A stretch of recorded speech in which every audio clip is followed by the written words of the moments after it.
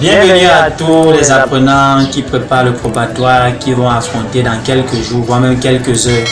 En fait, si je fais cette nouvelle vidéo, c'est pour ceux des apprenants là qui n'ont pas compris la précédente puisqu'elle était uniquement en anglais. Donc je vais donc essayer de m'efforcer à l'expliquer en français, étant donné que notre pays est après vous avez eu les épreuves à l'examen officiel qui est le probatoire. Savez-vous donc que l'épreuve est divisée en 4 parties. On a la section A, section B, section C en D. Alors, il a été conseillé dans la précédente vidéo de commencer son sujet par la reading comprehension. Pourquoi? Parce que c'est une partie qui fait assez de temps. Et alors, pour donc gagner en temps, il faut donc commencer donc par cette partie-là, puisqu'elle prendra assez de temps. Et une fois qu'on commence par cette partie, il est aussi conseillé à vous, chers apprenants, de commencer d'abord par les questions. Pourquoi non? De commencer d'abord par les questions. Pourquoi est-ce que je dis commencer par les questions? Parce que en commençant par les questions, ça vous donne déjà une idée de quoi peut parler le texte. On suppose, puisque le questionner, pas comprendre que le texte est chaud. Dans les il y a des mots pour revenir dans ces questions-là. D'où ça peut donc vous donner une inspiration de comprendre que bon, mon texte parle de telle ou telle chose. Là, c'est quand peut-être le texte n'a pas de titre. Donc, il commence le questionnaire. Et quand vous lisez dans le questionnaire, il faut chercher à repérer le nom interrogatif, ce qu'on appelle encore les question words ou les WH words en anglais. Savoir que à chaque question word correspond un petit peu de comme quoi. Si ma question commence par l'expression how many, c'est-à-dire que mon élément de réponse va porter sur un nombre. Si la question commence par how much, ça peut être une valeur ou bien le prix. Si la question commence par where, je sais que la réponse sera one. Si la commence par sur un nombre. Si la question commence par how much, ça peut être une valeur ou bien le prix. Si la question commence par where, je sais que la réponse sera one. Si la commence par when, je sais que la réponse est une période, une année ou un jour. Donc voilà certaines stratégies sur lesquelles il faut donc insister. Et autre chose, lorsqu'une question commence par un verbe, là il faut seulement énumérer, donc vous faites des tirets, vous donnez la réponse. Ça peut être quoi? Give, name or list. Là-bas il n'y a pas de call à faire. Maintenant, les premières questions sont souvent liées au premier paragraphe. Ça veut dire quoi? À 98%, lorsque tu veux répondre à la première question sur ton anglais à l'examen, et tu verras l'élément de réponse. Mais c'est un appui de ta compréhension du texte pour répondre à une question.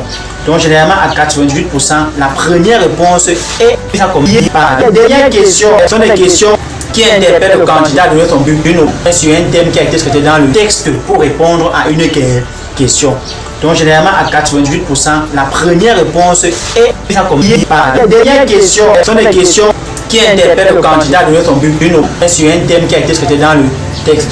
Et là encore, parfois il faut faire beaucoup attention parce que si peut-être ton texte a eu à traiter le travail forcé des enfants et qu'à la dernière question on te demande es-tu pour et contre, es-tu pour ou contre, naturellement ça fait non. Alors quand tu dis non, il faut donc justifier dans la plus.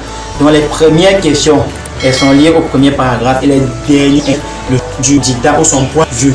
Maintenant, est-ce qu'on fait dans le essay writing? Vous avez été en tout long l'année sur les différents types de suites. Ça peut être alors informal letter. Là encore, il faut donc faire dans le distinguo entre formal letter et informal letter. Beaucoup des apprenants que vous vous trompez souvent sur qu'est-ce qui est informal, qu'est-ce qui est formal. Alors, on sait tous que formal letter, c'est lorsque tu t'agresses formal letter. Là encore, il faut donc faire dans le distinguo entre formal letter et informal letter. Beaucoup des apprenants que vous vous trompez souvent sur qu'est-ce qui est informal, qu'est-ce qui est formal. Alors, on sait tous que formal letter, c'est lorsque tu t'agresses à une autorité dans ta lettre. Ça peut être un principal, ça peut être un directeur. Et quand c'est informal, tu t'agresses plutôt à une personne privée. Ça peut être ton père, ta mère, ton frère, ton oncle, ainsi de suite. Et également, sur l'accent sur comment terminer sa lettre, qu'elle soit informal ou formale. La façon dont on termine une lettre, lorsque l'informal n'est pas la même avec une formale. Et là encore, il faut observer également comment disposer l'entête, c'est-à-dire la greffe de l'expéditeur, le sender's address, et la greffe du destinataire. Et également aussi le contenu. Il ne vous est pas demandé d'écrire toute une Bible, mais de dire l'essentiel en respectant la méthodologie. Donc, ayez au moins l'idée de disposer les en tête et aussi la méthodologie dans le respect logique. Donc, on insiste sur un élément qu'on veut que vous reproduisez. Quand on fait le speech, qui est le discours, on sait que les parties d'un speech, il y a une brève introduction suivie du protocole et le lieu où on se trouve. Il y a des discours vous n'avez pas le même protocole que peut-être dans une association ou peut-être dans un village. Et dans le protocole, à l'introduction, on va de la plus grande personnalité à la plus petite personnalité. Également, après cela, 2 à 3, débutez votre corps du devoir.